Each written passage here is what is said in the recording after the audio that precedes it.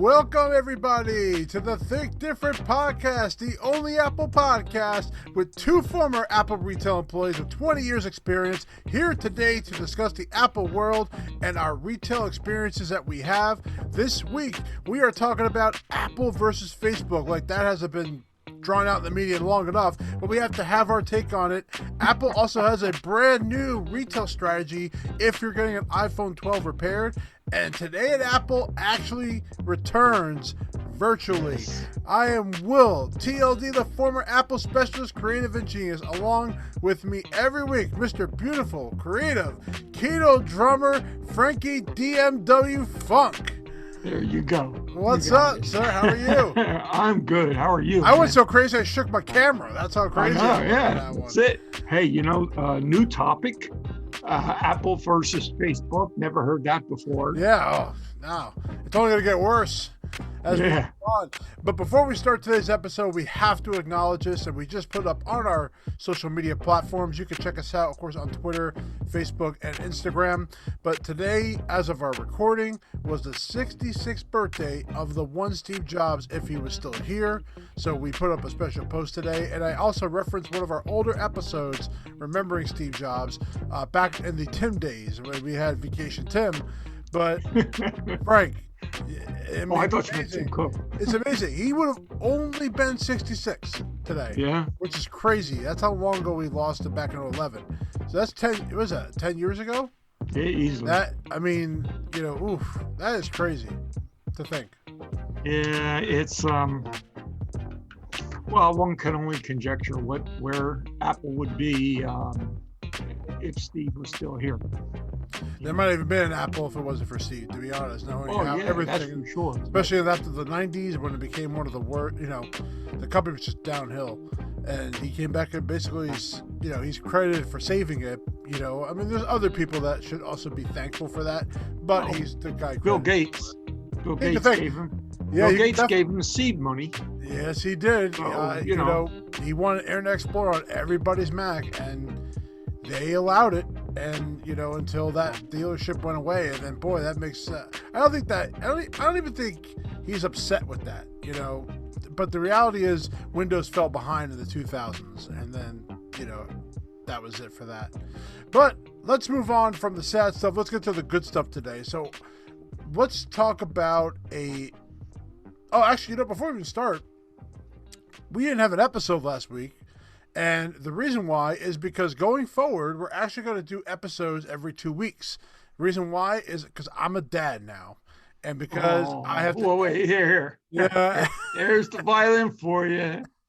Yeah. Are you getting any sleep yet, Dad? Yeah, of course. I've been talking about how great he's a very good sleeper at night, but during the day it's a little much. And I want to have time with the family. So I thought it was easier to do that, but it was surprising to me because actually more people downloaded the podcast episode. So I was like, all right, I guess people are fine with the 2 weeks. So that's what we're going to do going forward. But please stay tuned on our YouTube channel, as we will always have each topic as its own thing. And also, of course, we have all of our great videos up there, especially Mr. 10K of my pages on. So yeah. All right, let's talk about our subjects today. So number one is that the Apple has announced that some iPhone 12 hardware issues will no longer require replacing an entire device. So there are a lot of examples of that, Frank, right? No power is probably the most popular one. Yeah.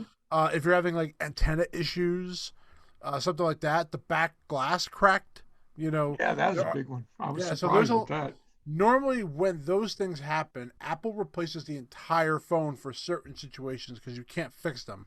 Well, Apple informed the Apple authorized service providers that it will be introducing a new same unit repair method for the iPhone 12 mini and the iPhone 12 models, exhibiting certain issues that would typically require a whole unit replacement. The Genius Bar and the Apple authorized service providers have a new iPhone rear system.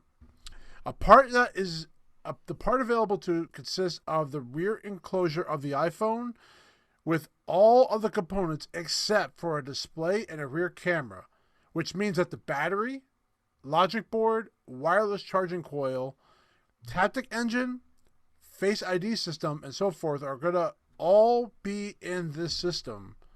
So that'll already. be replaced, and the only thing that'll be from the old device would be the back camera and Yep. So if a customer has an iPhone 12 mini with a cracked rear glass, for example, technicians will be able to replace the entire rear portion of the device with a new enclosure affixed with the original display and camera. So that's going to be new. And especially if you have a lot of people who have had iPhone repairs before, especially a back crack, now you have to educate them and say, listen, we're not replacing the whole phone. We're putting a new rear on for you, which will have a new battery, a new logic board. We're going to be moving over your display and your camera.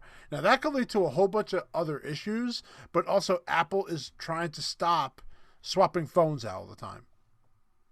That's what this told me. So Frank, what do you think of that? well, He's speechless, everybody. well, I have to think about that. I mean, well, I think it's good. It's just a matter of, are they going to be as liberal um, with that repair as they are with just swapping the phone out? And how long is it going to take? Because normally you swap the phone out, it's a 1, 2, 3 operation. Yep. But now, do they have to calibrate it? Yeah. Do Oh, they? yeah. Yeah. So They're gonna have to do a lot more repairs in house now because of this feature. Now, I'm gonna assume things like no power. They're gonna swap the whole phone. I can't. They right, can't right. prove that the camera's not messed up or the display's not messed up or there's no cracks in it. So I will tell you that, like, for a no power issue, I'm pretty much guaranteeing you're going to swap. But for things like the rear glass crack or maybe an internal, like a cellular band or something like that, that is going to be done as a repair. Hmm. So there are going to be a lot more repairs at a time when they probably don't want as many repairs.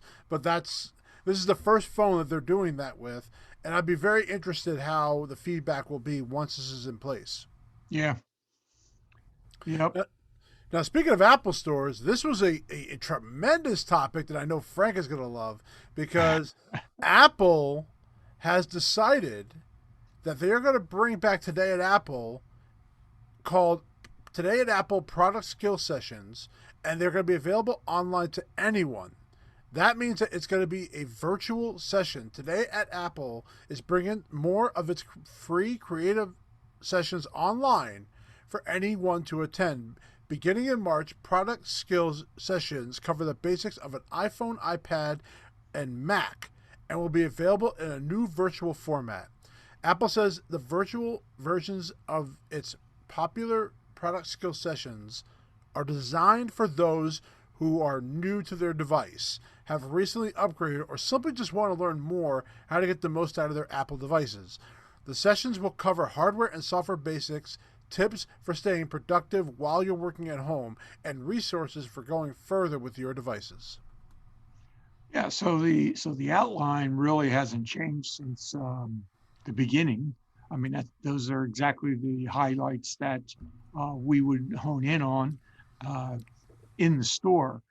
So that part hasn't changed. What has changed is that it's, as I understand it, it's going to be a WebEx. Yep, WebEx. So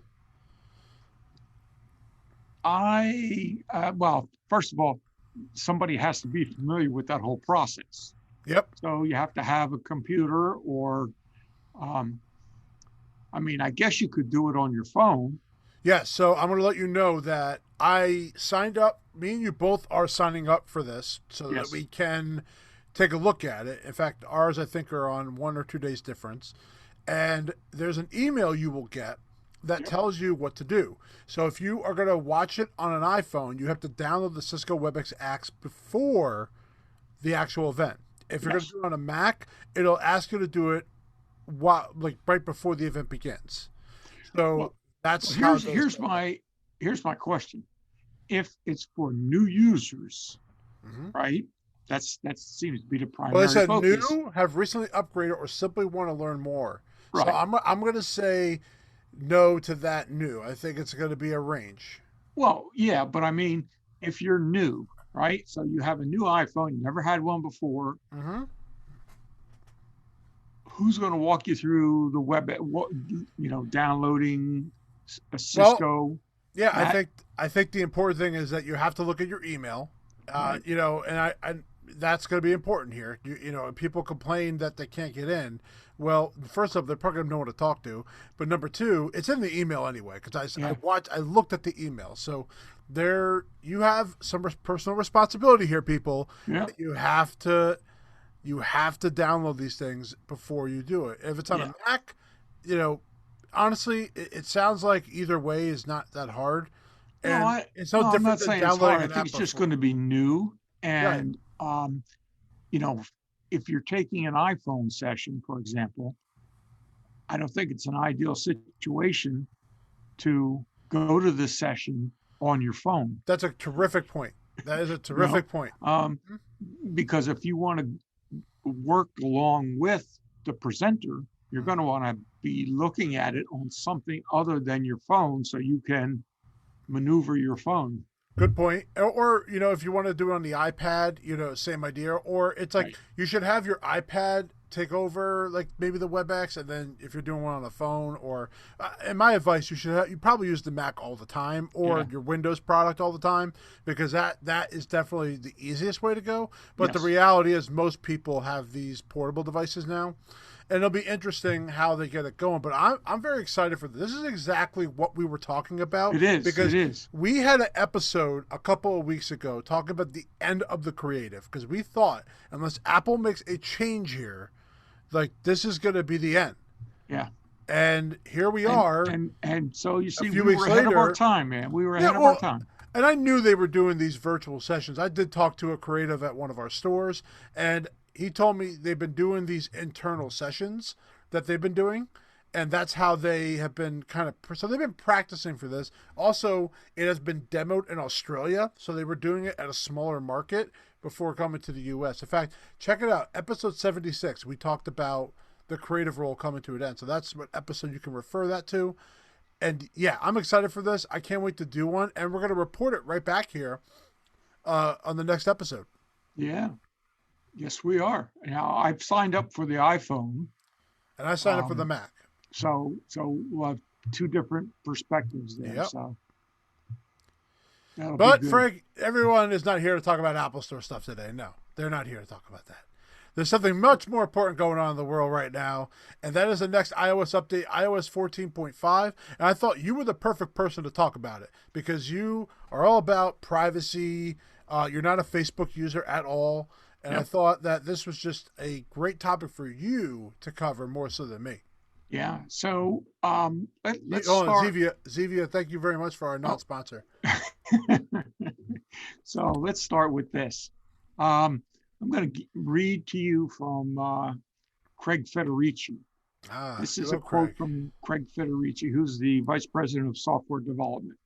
It says, privacy means peace of mind, it means security, and it means you are in the driver's seat when it comes to your own data.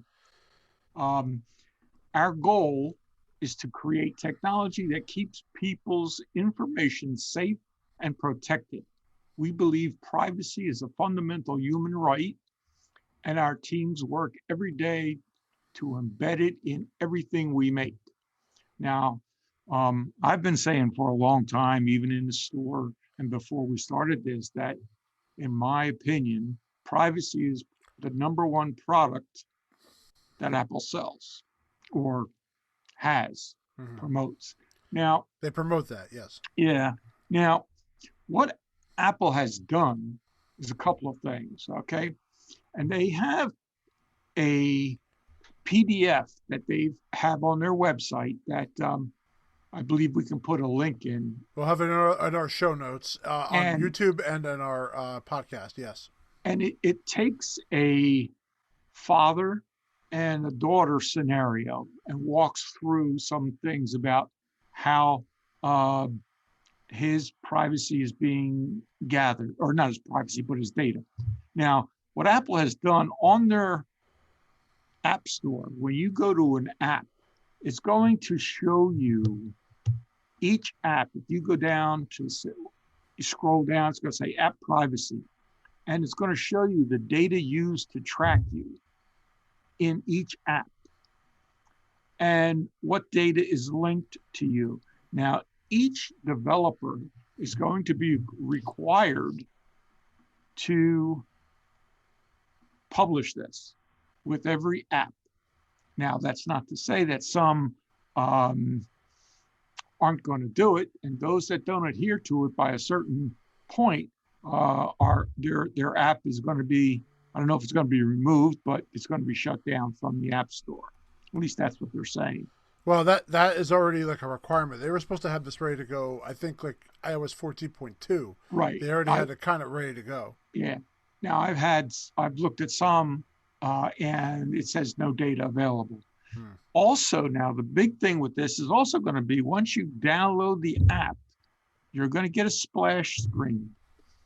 For example, that'll say, allow Facebook to track your activity across other companies' apps and websites.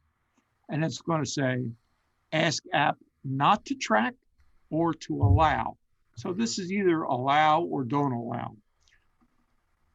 My caution here is read these splash ups. Yep. Okay. You get them all the time, especially the first time you open an app for the first time. Yes. You get a splash up for everything. And a lot of people just hit allow. Okay. And then they wonder why they're getting all these notifications and stuff like that. And that's why you don't read these things. Because also, in terms of notifications, there's another one, depending on the app, that'll say allow only while using the app, which is the one that I kind of recommend. Right. So I'm going to talk a little bit about what this PDF shows and what the scenario they're giving you. So what happens is the father is going to take his daughter to the park. And the morning, he goes on his computer and he looks at the weather to see, what it's going to be like. He reads the news.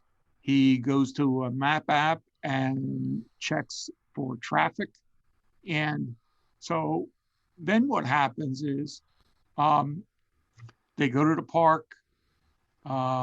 They decide they want to get some ice cream afterwards. So he pays for that ice cream with his credit card. And so to sum it up, what happens is all of this data is being accumulated. It's then from his device sent to servers and compiled together with his IP address, and then it's sold to third-party people that he's never contacted, or no one has ever asked him permission to do this. So what Apple is stressing here are four main items. One is data minimization, meaning that if you use the Apple apps, it's only going to collect a minimal amount of information to deliver what you need for a specific service. The second one is user transparency and control, making sure you know it's shared and how it is used. The third one is on-device processing the request on the device whenever possible, rather than sending it to Apple servers, because in sending, of course, you're always open for hijinks and hacking. The third one is security. Hardware and software, the fourth one, security. Hardware and software working together to keep data secure. So those are the four data points that Apple is honing in on.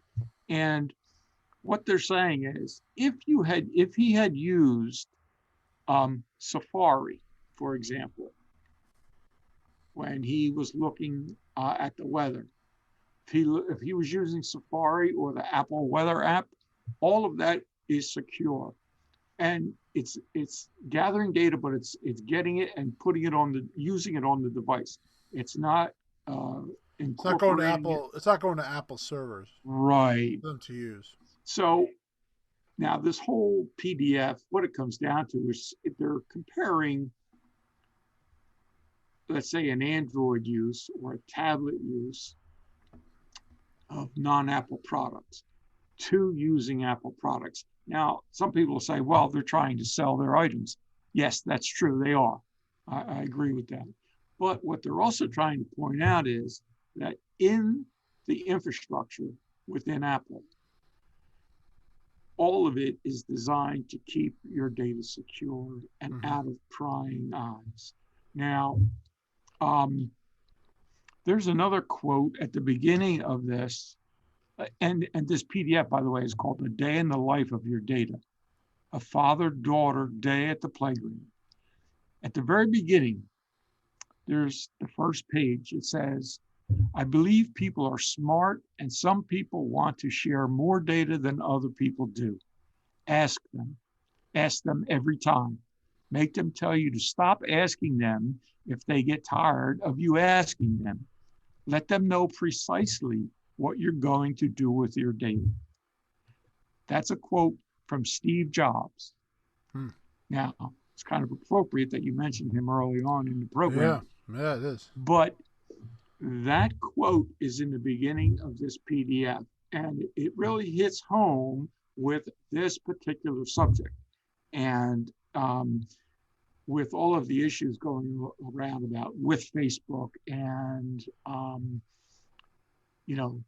this whole industry, I'll call it an industry, is roughly worth $227 billion per year. And that's not selling you anything. That's mining and selling your personal information. And this information comes from the metadata on your photos. It comes from all of those devices listening to you. And we talked about this before as well. Many people have said, well, Alexa is much more intelligent than Siri is. And the reason for that is that Alexa is on all the time. Right. Siri is only activated when you say, "Hey, Siri." Mm-hmm. So, and you could change that setting, by the way. Don't think you're stuck to. Oh yeah. That Alexa, but by default, you kind of have that on. I turned that off on my Alexa. And by the way, this is coming out not just for the iPhone. This is tvOS. This is going to be for iPadOS. So this is going to happen everywhere. And the reason why. Let's take a look at on Facebook side. Well, then their main core of revenue is advertising. Yep. And that's what allows them to stay in business. Now, what this is going to do, it's going to basically mess up their analytics. And what's going to happen is if someone who's a local business who needs to find the people in the area to promote to, people block that off, they can't do it. And what that does is that small business hurts. And that's what the argument is from Facebook. And Facebook's brought up, but there's a lot of people are going to be part of this. It's not just Facebook. Well, my retort to that is, well, I don't think, I could be wrong, but I don't think that Facebook or those data conglomerates that are gathering this data are worried about the local business. Who they're selling this data to, they're selling it all over the world. Yeah. Okay. Mm-hmm. So it's not like they're going down to the local tavern or your local bowling alley to send you notifications that they're having an open tournament or whatever. It's more towards the cruise ships, right? That say, hey, Will was talking about a trip to the Bahamas. So now you're going to get all this information on the Bahamas, whether you ask for it or not. So in my mind, I know they'll pose that argument, but I don't know. I don't get a lot of advertisements from local businesses. Right. Well, I'm on a lot of these social media platforms, so I do get them. I'll give you a couple examples of what's going to happen. So, iOS 14.5 will change a privacy feature in Safari that currently sends your IP address to Google while checking to see if a website you're visiting is fraudulent. iOS 14.5, Apple will use a proxy, which a fraudulent website warning to ensure that your private information is not shared. So, basically, it's a phishing stoppage. And Right. the same thing is a new feature called App Tracking Transparency, which forces apps and websites to ask for your permission before they track your data across companies and apps and sites. So that's why people are resistant to this change. So I'll be very curious when 14.5 finally hits how many downloads they get of that and how many people actually will read that and decide they don't want to do it. Well, the key there, you're right. The key is that people are going to have to, if they don't read it, it's going to be business as usual. Yeah. Now, if you want to take this privacy to the next step, okay, beyond this, there's what's called a VPN, which is a virtual Yeah. private network. Yep. Now, these are apps that you can get. They're usually attached to a service. Yep. Now, some of the top VPN apps, and they work for mobile devices, computers, and tablets as well. Yeah, a good one And is NordVPN's like the most oh, popular I've seen yes, because they advertise a lot of podcasts, YouTube channels, so yes. they're very big on it. NordVPN is number one. Number two is Shark, Surfshark. Surfshark, yep. Uh, Surfshark. You got ExpressVPN. Now, all of these cost money. Okay. Yes, you pay for it, but that's your privacy right there. And Yes. also, there's a lot of sites you can get to that you normally wouldn't be able to get to because either your provider locks it out or it's not available in the United States, things like that. Now, NordVPN is $3.71 a month if you subscribe for like 2 years. Shark Surf is $2.49 a month, and some of the differences, like NordVPN allows you 6 different devices. Oh, Surfshark is unlimited. oh, look at that.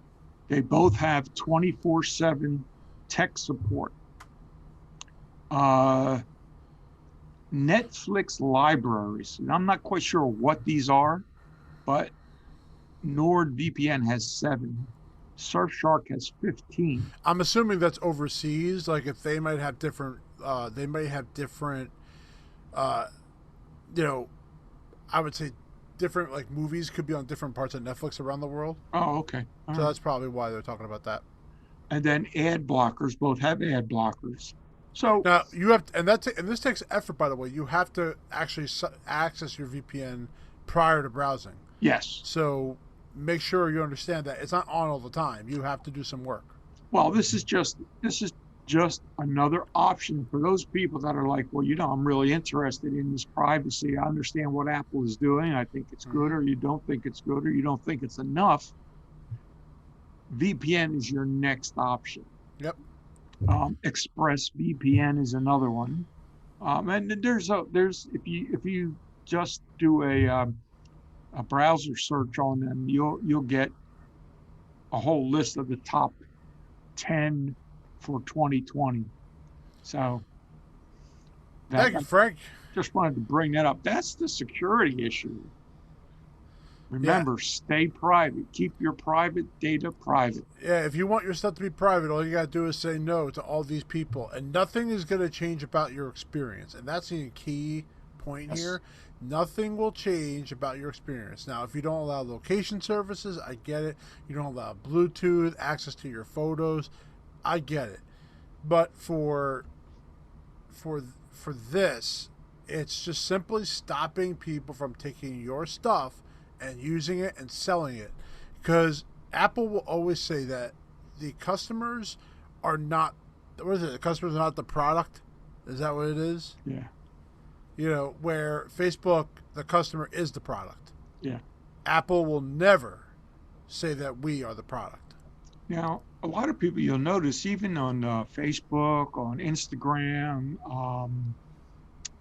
uh, Craigslist, you could, when you, like on Craigslist, I wanted to post something on Craigslist today. So it says, oh, do you want to allow Craigslist to access your photo library? I said, no. And then you can go and pick the photos that you Right. want to load. Mm-hmm. Mm-hmm. So instead of allowing them access to all your photos, it's only those photos that you want of the item that you want to post. Mm-hmm. And that's what I did. So a lot of them are much the same way. You just have to take the time to do that. A lot of people don't want to do that. Right. Well, But I hope they will, and I seriously think they're going to do that. So let's hope. yep, But that's our episode today. We wanted to kind of dive a little bit into that privacy thing because it's such a big deal right now. It's coming out very soon.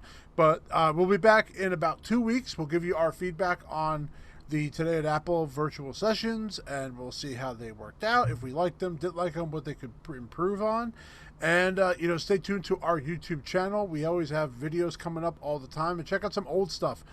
Frank, we did some follow-up videos on your numbers, man. yeah, I know. I noticed it had a couple. It had 86 views, so I guess Yeah. that's good.